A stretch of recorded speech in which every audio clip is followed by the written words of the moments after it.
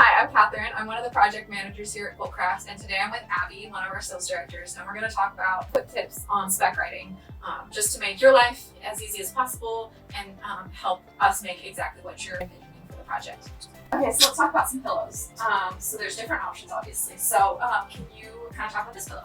We get a lot of specs in for pillows that just have the size and they call out that it's a knife edge. We see a lot of knife edge. This is a knife edge right here. Very common, but you also might have a welt on it. And also, a lot of times we get a spec or the designer will communicate in their notes, we want to be able to scissor chop it or karate chop it. We know what that means. Some people love to karate chop, they love the look of it. Some designers don't, they're completely opposite. But here's the karate chop, right there. So we know how to interpret that. You don't even have to, it's not a term that you have to put on your spec, but it is good to communicate that because now we know your intent. What is the intent of that design once we get it out there? In the fill, we're gonna fill it with, like I said, either natural or synthetic. Natural fill can be tricky. If you wanna get 100% feather or down, you do have to remember that the materials will settle in the pillow. It's gonna be a heavy pillow. It might not, we could stuff it and fill it with those materials, but it's all gonna settle. It's very important to have the right combination of the feather and the down. We make those assumptions when we do the bid, so you don't necessarily have to know. It can be 80%, 20% mix. 70-30. 70-30 is a very common mix. But most of the pillows that we quote are polyfill, synthetic siliconized polyester. We have the standard and then we have a premium. Premium is a siliconized gel material. It's slick. You can also achieve the karate chop. It's very soft, it's full. It's really an ideal pillow. And when we have a designer that wants that kind of fullness, loftiness, as you will, we encourage them to use a synthetic fill. It's just gonna be nicer, it's gonna be more full and lofty. And just so you know, this is what we call a throw pillow, this style here.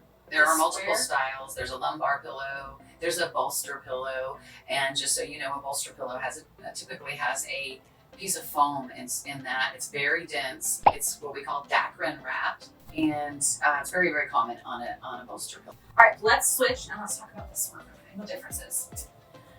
Differences, if that's a throw pillow, this is what we call a lumbar pillow. We are gonna need to know the length and the width. Again, on all the pillows, we're gonna need to know what the size is. Throw pillows are typically square. This is a lumbar pillow, so we're gonna need to know the length and the width. They're typically lengthwise, horizontally, they're wider. Really great accent pillow. We'll see these on the guest room bed. It also feels different. It's full, it's very full. And one of the reasons why is because it doesn't have a feather down or a natural material inside of it. It's actually got polyester, siliconized gel polyester fill. So it's gonna be, it's a little more lofty. It's got more material in it. It just fills out more. Again, with the natural fill, it's gonna settle. So it may look like it doesn't have as much fill. It's because of the contents of it. Synthetic fill stays in place. You can karate chop it on a throw pillow as well. It probably won't be as empty at the top like this one. Right, it's gonna be full, it's gonna be full. There's always going to be the question of how do they want it closed. And if it's not noted on a specification, we're gonna always quote it with a zipper. So that zipper closure is concealed. So a little flap of fabric goes over the zipper so you can see it.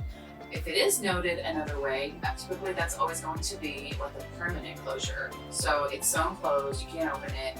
Whereas with the zipper, you can unzip it, take the insert out, wash the material if it is washable, and that's the biggest difference. So we have plenty of resources on our website. There's the resource page and there's also our blog posts. There's the search function, so if you're looking for something specific, just type it in there. And everything that we have on the website with those keywords will come up. So it's a great resource to find all kinds of information. If there's something that you can't find on there, feel free to let us know. Either the project manager or the salesperson would be happy to help you. And feel free to sign up for our emails as well to get updates when we're posting new content to the blog. Thanks for joining us today.